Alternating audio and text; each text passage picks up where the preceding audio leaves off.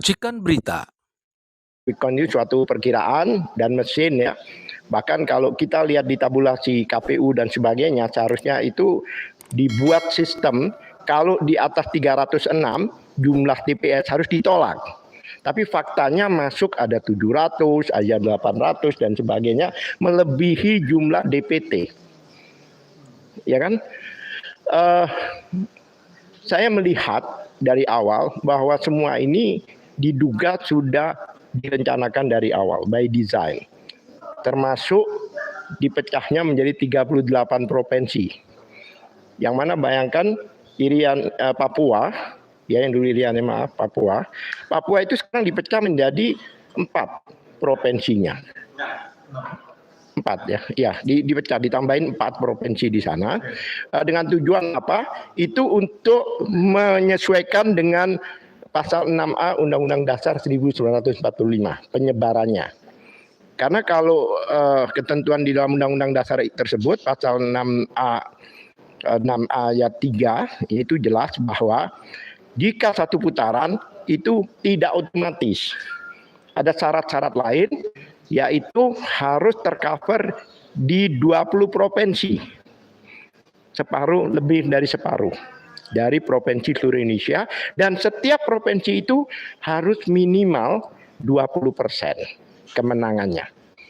Kalau ada saja di bawah 20% tidak bisa, karena ini bertentangan dengan Undang-Undang Dasar 1945. Ya kan? Nah, itu saya pikir dipas-pasin biar ada tambahan dari 20% itu dengan dikembangkan provinsi-provinsi itu, dugaan dari banyak orang. Yang kedua, dikeluarkannya Undang-Undang Nomor 27 tahun 2022 kemarin, yang mana di situ ada namanya perlindungan data pribadi. Yang mana faktanya dengan adanya undang-undang itu, DPT yang seharusnya diterima oleh partai-partai itu sesuai dengan seperti apa yang KPU punyai, itu di dalam undang-undang mengatakan bahwa itu partai-partai pendukung, bukan pendukung, semua partai itu harus mendapatkan salinannya. Apa maksudnya? Harus sama. Apa yang dipunyai KPU harus sama dengan apa yang disumbangkan oleh partai-partai. Faktanya yang diberikan pada partai-partai itu DPT-nya tidak ada NIK. Tidak ada NIK. Jadi NIK nomor kependudukan itu tidak ada. Tidak ada NIK dan juga tidak ada tanggal lahir. Ada apa ini gitu? Kemana arahnya? Ya kan? Ya, supaya apa? Supaya kita tidak bisa tahu ini siapa dan ini di mana. Karena di dalam NIK itu petunjuk. Ini provinsi, ini daerah, sampai di daerah-daerah manapun juga ada di nomor-nomor itu, di NIK itu. Ini tidak ada. Bahkan adanya umur. Berapa kali saya katakan, kalau seseorang ditanyakan umur 50 tahun contohnya, saya katakan, itu kapanpun juga dia ditanya dalam kurun waktu itu umur 50 tahun. Contohnya saya Januari, saya lahir gitu, mau ditanya bulan Maret, bulan September, tetap saya katakan saya umur 50. Ya kan? Tidak ada tanggal lahir. Nah, ini bertentangan sekali dengan undang-undang pemilu itu sendiri. Karena harus diberikan. Jadi undang-undang ini sebenarnya bertentangan dengan undang-undang pemilu, Undang-Undang Nomor 7 tahun 2017, yang mana harus salinannya diberikan. Nah, yang menariknya, ya kan, ada Dukcapil baru-baru ini memberikan satu arahan, semacam ketentuan atau arahan atau apa itu, mungkin peraturan atau apa, yang mana anak umur 16 tahun lebih 1 hari boleh melakukan rekam KTP. Agak aneh kan?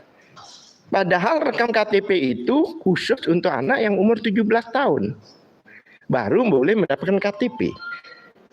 Ya kan? Jadi umur 16 tahun lebih 1 hari itu boleh melakukan rekam KTP. Awalnya kok demikian? Tapi begitu keluar PKPU nomor 25 tahun 23 kemarin, ya kan, ternyata jika tidak mempunyai KTP elektronik, maka bisa menggunakan surat keterangan rekam KTP. Apakah ini ada hubungannya dengan itu? Ini, saya bertanya pada lingkungan kami, pada RT kami dan sebagainya, kenapa kok seperti ini? Alasannya supaya tidak numpuk. Padahal orang kalau melakukan perekaman KTP itu ke kelurahan, bukan ke mana, ke imigrasi, tidak. Masa di satu kelurahan berapa orang sih umur 17 tahun pada satu tahun itu? Saya yakin tidak sampai 20 orang. Kenapa kok takut numpuk? Nah, itu berhubungan dengan laporan yang dilakukan oleh kami waktu itu sehubungan dengan DPT 54 juta yang bermasalah. Karena di situ banyak umur-umur yang di bawah umur 17 tahun. Seperti itu. Ya. Ada pertanyaan mungkin? Ya, mungkin nanti putaran kedua nanti langsung. Iya. Oke, silakan. Baik. Terima kasih Pak Kadiri. Jadi jelas tadi Pak Kadiri yang merupakan anggota timnas di kecurangan ya. Saya IT. Direktorat Pengamanan dan Pengawalan Suara. Beliau memaparkan bagaimana bukan saja pasca Pilpres, pasca pemilu, tetapi beliau sudah menceritakan bagaimana tadi kecurangan-kecurangan secara hukum, secara undang-undang yang telah tentunya dipersiapkan untuk dicurigai sebagai dilakukan. Nah, apalagi ini naif sekali. Pada hari yang sama sudah dilakukan pernyataan deklarasi kemenangan ya yang oleh Pak Prabowo di GBK itu. Basisnya adalah quick count. Kita tahu bahwa quick count itu basisnya juga adalah cuman survei, ya kan? Sampling. Ini kan framing satu mengancam psikologis rakyat lah, kurang lebih seperti itu ya. Nah, maka tentunya mereka pula lah yang membangkitkan serentak kemarahan rakyat bagaimana ini kecurangan dilakukan secara masif, secara brutal.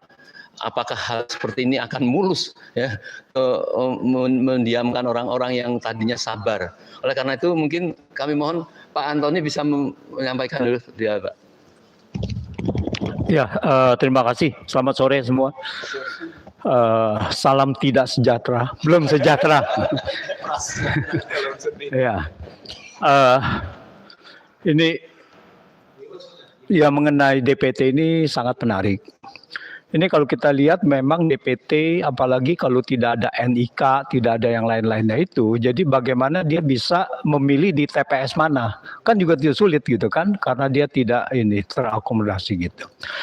Jadi tapi di luar dari itu adalah kita lihat, ini deklarasi kemenangan dari quick count, ini kita tahu bahwa di semua negara, di banyak negara, quick count itu adalah menjadi dasar bahwa ini hasil dari pemilu akan seperti itu. Itu sudah menjadi dasar secara struktur, secara ilmiah statistik dan sebagainya begitu. Tetapi seperti kita punya instrumen, kalau kita ada pisau bisa digunakan kegunaannya untuk kebaikan, tetapi bisa digunakan untuk kejahatan. Kita mempunyai senapan, seharusnya itu demi kebaikan, tetapi bisa juga digunakan sebagai kejahatan. Begitu juga quick count. Quick count harusnya adalah untuk digunakan sebagai kebaikan. Kebaikannya apa? Untuk mengkoreksi atau untuk mendeteksi potensi-potensi kecurangan dari penguasa penyelenggara pemilu. Tetapi quick count ini juga bisa dilakukan untuk menjustifikasi kecurangan. Kalau kita lihat dari survei juga begitu. Survei juga bisa digunakan untuk kecurangan-kecurangan dengan memanipulasi sampling tadi. Karena berdasarkan sampling, tergantung dari samplingnya dia bisa dilakukan kecurangan. Survei pertama kali yang awal-awalnya itu sudah menyatakan bahwa pasangan 02 adalah sekitar 45%. 40, 42, 45 ya naik terus gitu. Sebelum dengan Gibran Oktober berarti ya dengan pasangan dengan Gibran ya, Prabowo ya. Sebelum dengan Gibran, elektabilitas Prabowo cuma 30%. Naik dengan Gibran lalu 45%, 44, 45. Begitu akhir-akhir menjelang Pilpres, pemilu, lalu ada 1-2 surveyors, lembaga survei yang mengatakan menjadi 56, 58 satu putaran. Itu. Jadi inilah setelah itu keluar langsung tiba-tiba quick count itu 58-60% ya, ada yang sekitar begitu. Jadi artinya kita bisa menyatakan bahwa survei 2 bulan yang lalu 45% berarti salah. Kalau survei yang 45% salah, bagaimana kita menyatakan bahwa 58% ini benar? Di mana kesalahan, di mana kebenarannya? Nah, untuk itu kita melihat bahwa sulit sekali masyarakat karena ada pengalaman 2019 dan sebagainya, hal ini juga berulang lagi. Nah, kita harusnya menunggu real count. Masalah dari real count ini kemudian dibuat seperti mendukung quick count. Nah, inilah terjadi yang permasalahan di mana bahwa TPS maksimum 306 pemilih, malah ada yang kita bilang ada yang 700-an, 800-an, ada yang 500-an dan sebagainya. Nah, ini adalah satu kesalahan sistem yang disengaja untuk mengakomodir itu. Untuk mengakomodir kesalahan ini. Kalau Ketua KPU sudah mengakui ini ada kesalahan, ini berarti tidak bisa diterima. Sistem ini harusnya adalah sangat sederhana security-nya, bahwa kalau melebihi DPT itu harus ditolak. Harus ditolak. Itu. Jadi masalah quick count lalu kemudian ke real count. Real count-nya kalau berdasarkan dari sistem di KPU tidak bisa dipercaya juga. Jadi kemana? Ini bagaimana? Quick count sudah dipercaya, real count juga kita tidak bisa percaya. Nah, inilah yang membuat kebuntuan. Jadi saya lihat sudah banyak elemen-elemen masyarakat akan melaporkan kecurangan-kecurangan indikasi yang sudah beredar luas di media sosial. Bahkan tadi saya lihat dari iNews ini KPPS-nya itu ditanya. Gimana? Siapa pendapat hasil pemilihannya? Yaitu 02 misalkan sekian, 01 sekian, 03 sekian. 02 dapat 80. Tetapi begitu dia mau input tidak bisa dan otomatis menjadi 720 dan langsung terverifikasi. Nah, ini ada di iNews. Nah, ini kan salah satu yang menjadi satu kejahatan pemilu. Jadi ini bukan kecurangan lagi. Ini sistem ini didesain untuk kejahatan pemilu gitu. Nah, jadi kita lihat ini banyak sekali begini ya. Jadi kita lihat real count-nya, kita harus tunggu juga dari real count. Tetapi dari real count dari KPU tidak bisa juga. Jadi mau tidak mau kita harus bersabar untuk menunggu dari hasil rekap manual. Mau tidak mau gitu. Dan apapun yang terjadi rekap manual itu harus nantinya kita bisa terima kalau rekap manualnya adalah tidak ada kecurangan. Tetapi yang sudah melakukan kecurangan dan terindikasi pidana ini tetap harus diproses. Ini adalah untuk menegakkan undang-undang pemilu tadi, untuk menegakkan hak kedaulatan rakyat. Nah, ini harus kejahatan ini diproses supaya ini jangan berulang. Ini kan kita lihat 2019 kan berulang ke 2024. Jangan nanti ini digunakan lagi oleh si penguasa ini gitu. Saya rasa ya. Ini luar biasa ya, tadi sudah agak terhubung ya apa yang disampaikan oleh Pak Altiri tadi, kecurangan-kecurangan sebelum ya, terlaksananya. Tapi Pak Antoni tadi banyak mengutip bahwa bagaimana kecurangan yang terstruktur ya, bahwa kemenangan atau proses di real count itu nampaknya akan ada di membenar-benarkan sesuai dengan quick count gitu ya Pak ya. Nah, kalau ini kan berarti betul terstruktur gitu. Nah, nanti saya tidak tahu para tokohnya akan memberikan komentar apa, tapi saya mohon Pak Marwan menyampaikan dulu di depan persoalan apa yang disampaikan Pak Antoni Pak Kaldri tadi. Saya duluan ini. Iya, kalau nanti ada dua imam nanti terserah. Beliau gongnya nanti. Baik, terima kasih Om Lim. Assalamualaikum warahmatullahi wabarakatuh. Alhamdulillahirrahmanirrahim. Allahumma sholli ala sayyidina Muhammad. Jadi judul kita ini kata kuncinya adalah pemilu curang. Ini sudah menjadi istilah yang cukup lama bertahan di benak masyarakat dan menyebar di media. Dan saya kira ini perlu diluruskan atau diperjelas ya. Seperti juga dulu kita punya cukup mengenal istilah cawe-cawe begitu. Yang dengan membuat bahasanya itu cawe-cawe atau curang, ini dikesankan bahwa ini adalah pelanggaran yang ringan-ringan dan biasa-biasa saja. Padahal kalau kita mau telisik curangnya itu seperti apa, maka judulnya mestinya adalah antara lain ya, ini adalah kejahatan yang sistemik, terstruktur dan masif. Dan direncanakan by design misalnya. Ini salah satu yang perlu kita ingat. Jadi bukan sekedar curang, tapi pelanggaran kejahatan yang memang terstruktur, sistemik dan masif. Oleh siapa? Oleh rezim. Ya. Kemudian juga kita bisa mengatakan bahwa ini merampok demokrasi atau hak demokrasi rakyat. Mereka merampok ya dengan curang ini. Lalu saya kira bisa kita sebutkan juga ini barbar ya. Dan ada unsur pidananya. Maka kita kalau melihat posisi Indonesia seperti ini menyelenggarakan pemilu, ini sekaligus juga mempermalukan bangsa Indonesia ya. Kok 200-an juta, 270 orang ya, 270 juta dan peserta pemilunya 200-an juta orang ya, penyelenggara pemilunya itu barbar dan mempermalukan bangsa Indonesia.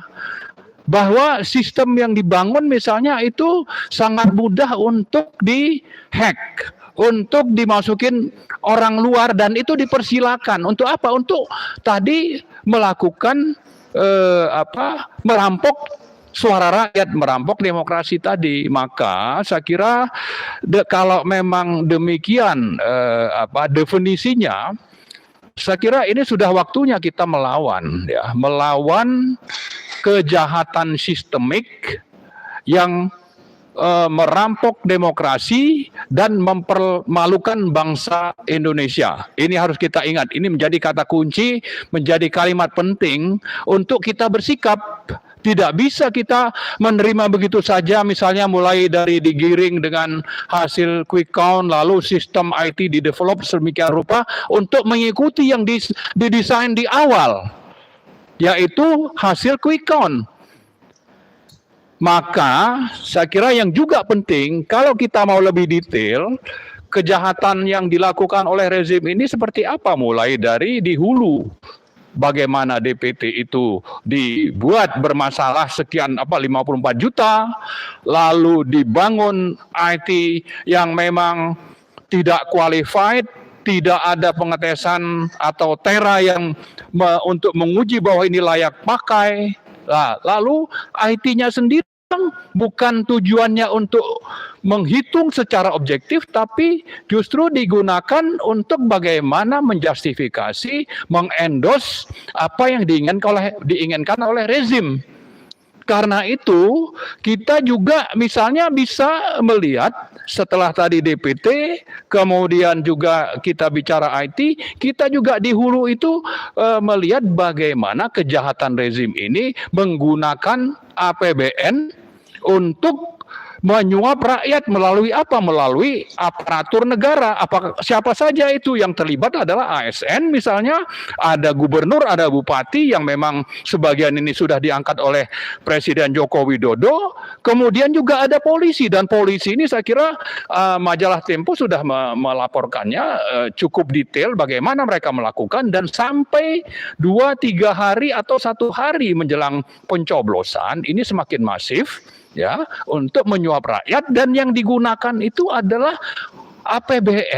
APBN-nya sendiri khusus ditambah sekitar 50 triliun dengan melalui perintah presiden melalui yang namanya mekanisme automatic adjustment tanpa persetujuan DPR, di mana sebetulnya APBN itu tidak bisa dirubah seenaknya oleh pemerintah tanpa persetujuan DPR, tapi ini sudah berlaku. Dalam rangka apa? Dalam rangka untuk menambah dana untuk menyuap rakyat sehingga suaranya itu dibeli, atau juga dengan memaksa kepala-kepala desa yang tersandra kasus-kasus korupsi penggunaan dana desa untuk mengarahkan atau memerintahkan, mengancam rakyatnya untuk memilih misalnya 02, dan itu terjadi. Memang ini menjadi rahasia umum, tapi kita sebagai bangsa, kembali saya ingatkan ya, bahwa kita ini hidup di antara bangsa-bangsa yang punya moral, prinsip-prinsip rujukan moral dan etika. Kalau pemerintah atau bangsa Indonesia melakukan hal seperti itu, dan ini seolah-olah sesuatu yang biasa, disebut hanya sekedar curang biasa, saya kira ini tidak bisa kita terima ya. Ini mempermalukan bangsa, tapi sekaligus merupakan kejahatan yang harus kita lawan, dan karena itu saya mengajak rakyat Indonesia untuk melakukan perlawanan dengan salah satu kata kunci adalah tolak hasil Pilpres, karena syarat kejahatan moral, kejahatan pidana, dan juga bagaimana kecurangan itu dilakukan secara sistemik, terstruktur dan masif. Saya kira itu mungkin yang saya sampaikan. Makasih. Saya memang simpen dulu Pak Rizal. Jadi di depan kita ada 2 tokoh yang denyut jantungnya dekat dengan masyarakat nih. Satu Bapak Maijen Purnawirawan S. Budiman, dan ada Habib Rizik. Habib Muhsin. Pak Habib Rizik disimpan dulu juga. Habib Muhsin. Kita mendengar bagaimana ya dari mulai Pak Kaltiri, Pak Antoni, dan Pak Marwan mengatakan bahwa kecurangan itu sudah dimulai dari hulu. Dari hulu itu kita susah saya menceritakan lah. Saya kira Habib Hussein kan mengikuti ini juga. Ini kita tentu akan segera bergabung dengan rakyat dalam hal ini. Apa menurut Habib Hussein usulannya? Mungkin jangan lebih dari 5 menit kita batasi. Terima kasih. Assalamualaikum warahmatullahi wabarakatuh. Kita sama-sama dipertontonkan sebuah permainan yang bejat ya.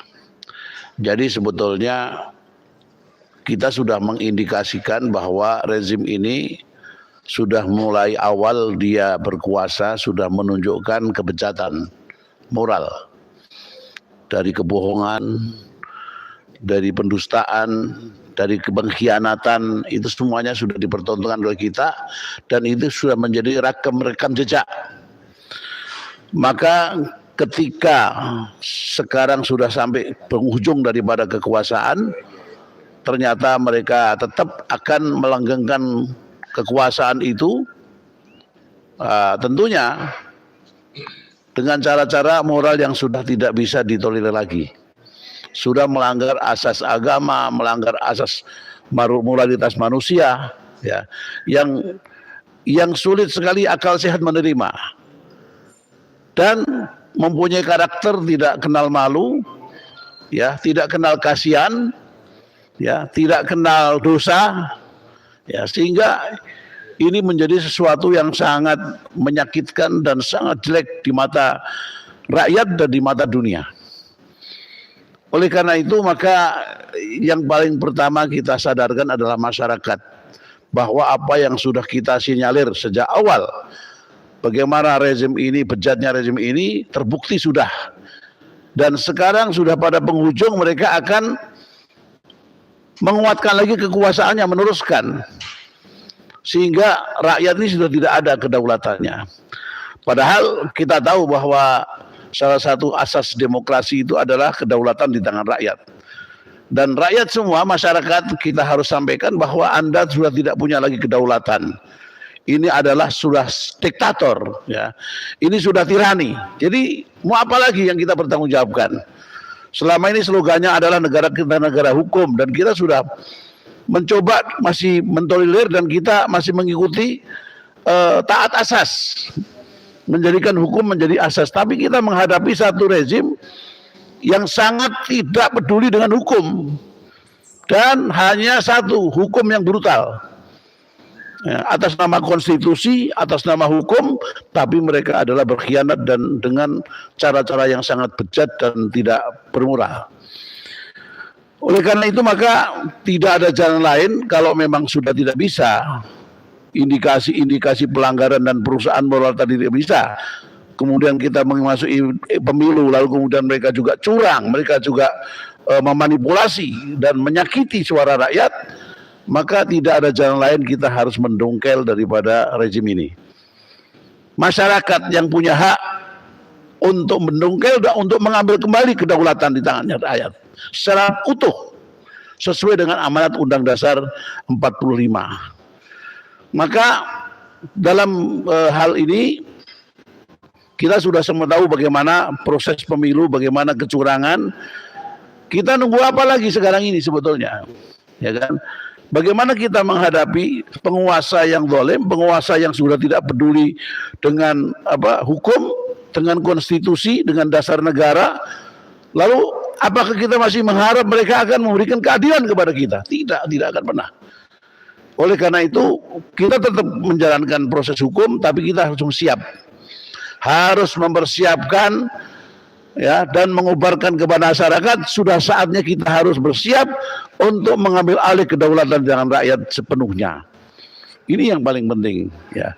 Jadi kita harapkan para tokoh-tokoh masyarakat yang masih punya hati nurani yang bersih, akal yang sehat, ya, mengajak ke masyarakat untuk sadar. Dan saatnya kita harus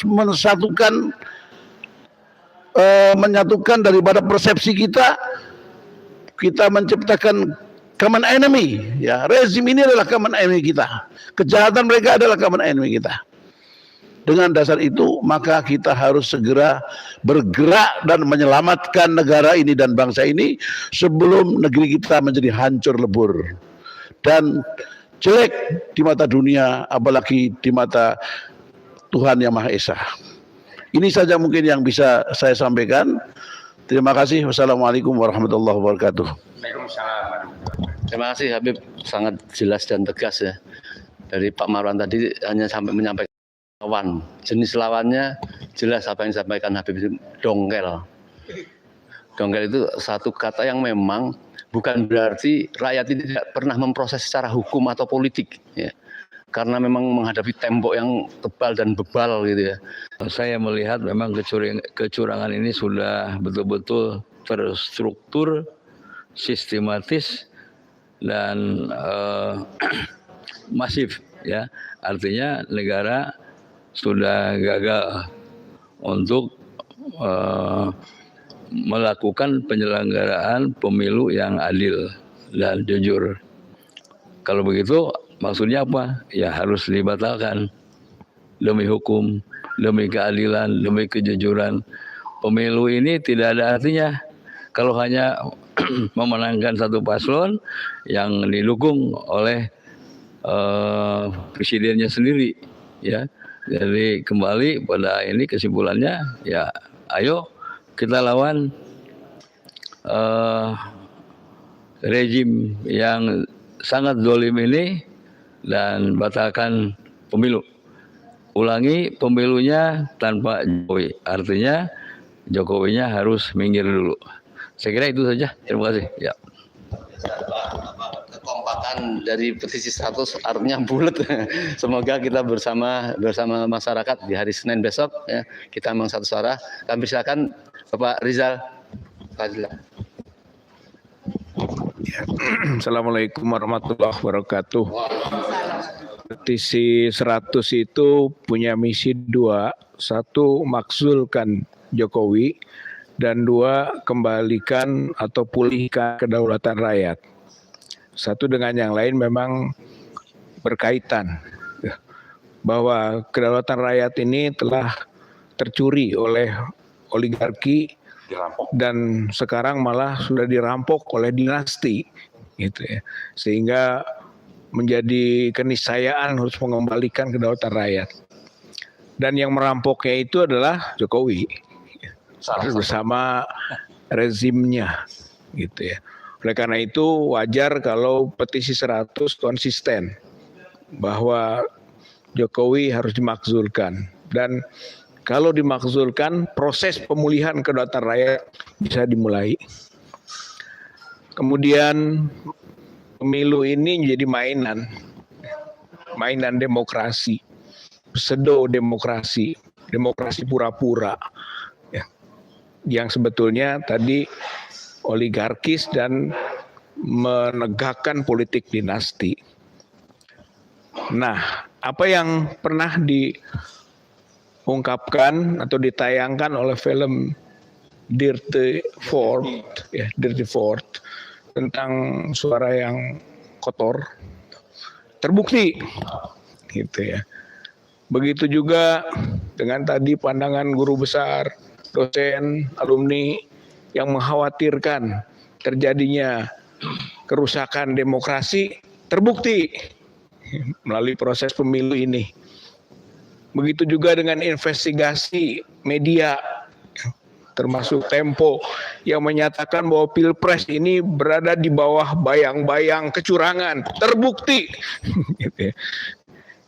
Jadi pemilu 2024 adalah pembuktian daripada kekotoran, kecurangan, dan perampokan kekuasaan, kedaulatan.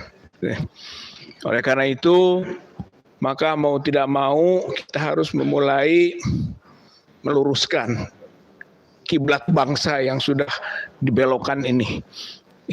Dengan cara, ya satu, tentu saja kita menolak, gitu kan, hasil Pilpres berbasis rekayasa. Dan kita menolak juga sekarang pada tahap ini hasil quick count. Itu quick count. Itu badut-badutan itu. Tapi juga kejam. Kita sebut itu quick count Dracula. Dia menghisap darah, menghisap suara rakyat, gitu kan, dengan kepentingan hawa nafsunya. Dan dia juga telah melakukan kekejian, kekejaman, teror. Jadi quick clown itu teror itu, yang nanti dibuktikan dengan tindak lanjut berupa deklarasi kemenangan hasil quick count itu langsung deklarasi itu sendiri teror. Jadi ini negara rezim teror RIS dan rezim horor RIS. Membuat horor kepada publik, kepada rakyat. Oleh karena itu saatnya lah sekarang rakyat bangkit. Ini momentumnya. Ini adalah pembuktian bahwa rezim ini rezim zalim. Rezim yang harus diubah, disesuaikan dengan ideologi Pancasila dan konstitusi Undang-Undang 45 karena sudah melenceng dari Pancasila dan melenceng juga dari konstitusi. Oleh karena itu, maka melalui medium hasil pemilu, hasil Pilpres, maka sekarang rakyat mulai berbondong-bondong ke KPU, ke Bawaslu sampaikan keluhan, fakta kecurangan-kecurangan. Karena ini belum selesai juga penghitungan, rakyat di daerah-daerah seluruh Indonesia kepung KPUD, kepung Panwaslu untuk mengawal penghitungan supaya terjaga kejujuran dan keadilannya. Dan kalau tidak bisa, tentu ada proses-proses yang bisa dilakukan. Proses hukum maupun proses politik. Yang satu dengan yang lain tentu berkaitan. Yang intinya adalah bahwa di tengah pemilu khususnya Pilpres yang curang ini, kita harus menolak hasil Pilpres 2024. Rakyat Indonesia harus menolak hasil Pilpres 2024. Tolak pemilu curang. Dan juga tentu saja tolak pasangan Prabowo dan Gibran. Karena itu adalah pasangan anak haram konstitusi, anak haram demokrasi. Lihat proses DKPP KPU dan lihat juga MK terhadap putusan MK yang menunjukkan secara hukum pelanggaran moral dan etik. Jadi negara ini negara tidak bermoral. Rezim ini rezim melanggar dan menginjak-injak etik, menghalalkan segala cara. Al-ghayah tubariru al-wasilah, tujuan dengan segala cara yang penting tercapai. Maka ini adalah rezim komunis, rezim yang menghalalkan segala cara, meminggirkan moral, meminggirkan agama. Itu rezim komunis namanya.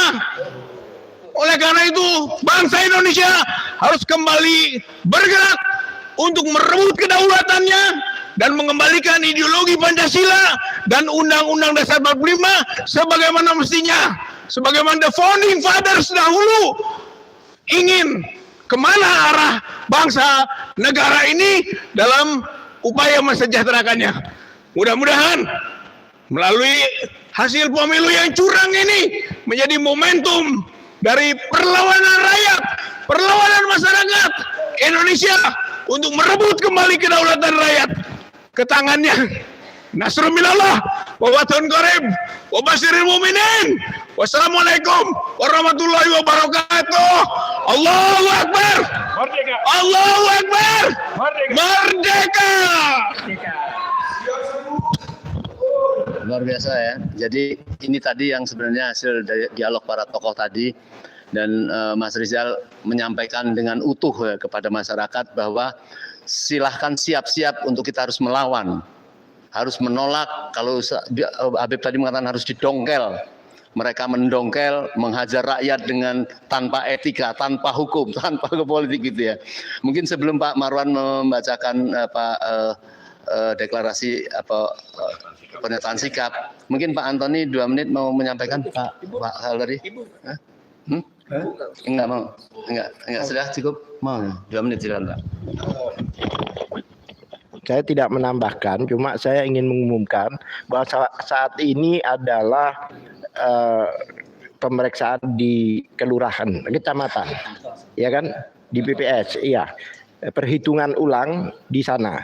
Mohon pada pejuang perubahan untuk melakukan kontrol, melakukan pengecekan dan melakukan pengawasan di kecamatan-kecamatan masing-masing. Karena kami hari-hari ini iya. Jadi jika tidak sesuai dengan apa yang ada, maka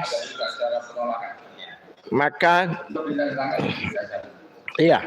Jadi di situ ada namanya kejadian-kejadian atau pelanggaran dan sebagainya, tuliskan di situ. Jadi saat ini kami mohon untuk mengamankan, artinya C1 yang kita dapatkan dari TPS. Saya mohon pada seluruh Indonesia, pada pejuang-pejuang perubahan untuk mengawal dan menjaga di kecamatan masing-masing. Ini pesan dari kami. Terima kasih. Baik, terima kasih sekali pada Pak Katiri. Ini petunjuk penting sekali ya. Dampingi para saksi-saksi ya, seluruh pendukung perubahan. Jangan down karena sudah deklarasi kemenangan secara curang, secara badut.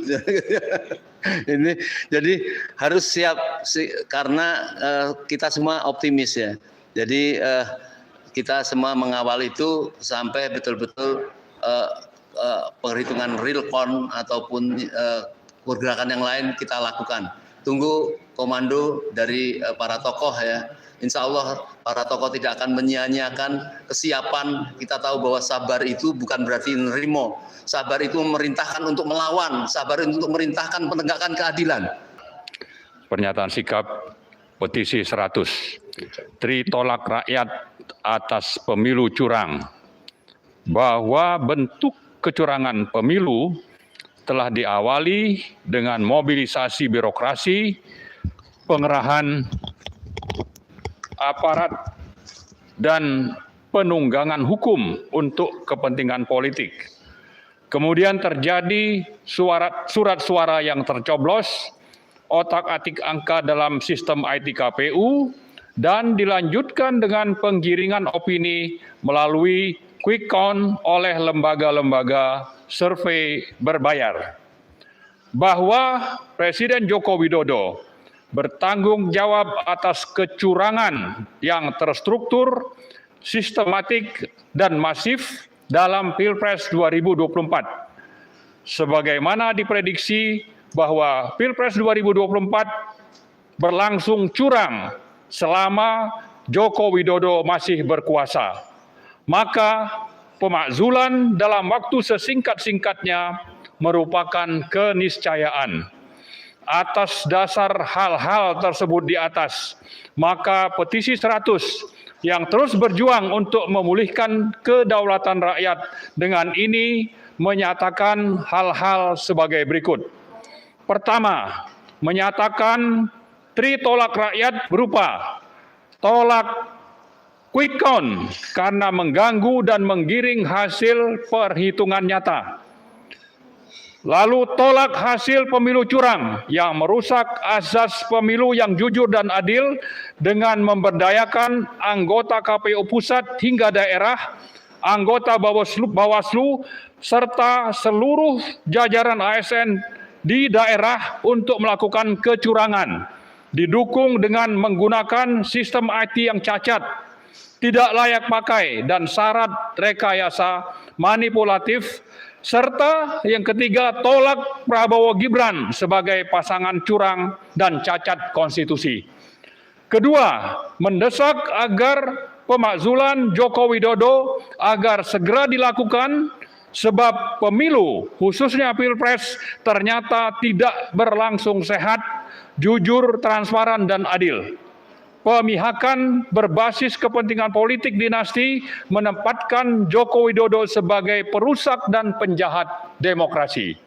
Ketiga, mengajak dan mendesak seluruh lapisan masyarakat yang masih berpegang teguh pada prinsip-prinsip demokrasi, moral, agama, Pancasila, dan Undang-Undang Dasar 1945, serta seluruh undang-undang yang berlaku untuk melakukan aksi pengawalan dan cegah tangkal kecurangan, baik kepada KPU, Bawaslu, KPUD, maupun Panwaslu di seluruh Indonesia.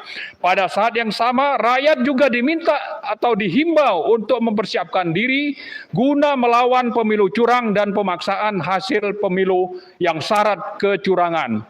Demikian pernyataan sikap petisi 100 atas kondisi Pilpres 2024 yang syarat dengan kecurangan dari hulu sampai hilir, dari pusat hingga daerah. Kedaulatan rakyat harus dipulihkan dan konstitusi harus ditegakkan.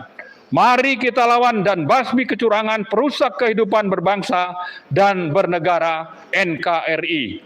Jakarta, 17 Februari 2024, Badan Pekerja Petisi 100. Majen TNI Sunarko, Marwan Batubara, Antoni Budiawan, Rizal Fadilah, dan Syafril Sopyan. Demikian saya sampaikan tadi pernyataan sikap petisi 100, dan pada saat ini juga kami ingin menyampaikan rencana dari sejumlah kelompok masyarakat dan juga petisi 100 untuk melaporkan tindak pidana kejahatan yang terjadi pada sistem IT KPU ke Bawaslu. Kita akan menyampaikan gugatan atau laporan kejahatan pidana ini pada hari Senin jam 11 waktu Indonesia Barat, dan saya kira siapapun yang prihatin dan ingin menyatakan sikap atau mau bergabung dengan kami pada pelaporan itu, kami persilakan untuk kita sama-sama menggugat dan menyampaikan laporan tentang kecurangan atau kejahatan pidana pemilu Pilpres 2024 ini pada hari Senin. Saya ulangi, Senin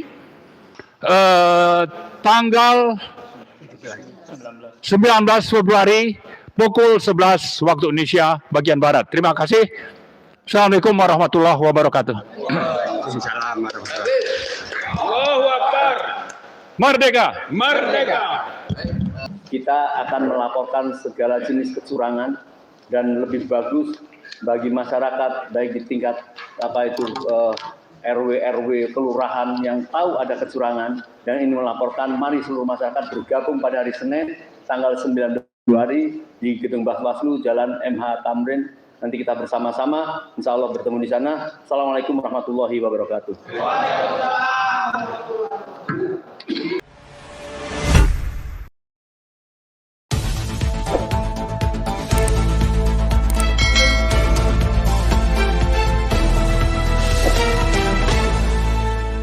Racikan Berita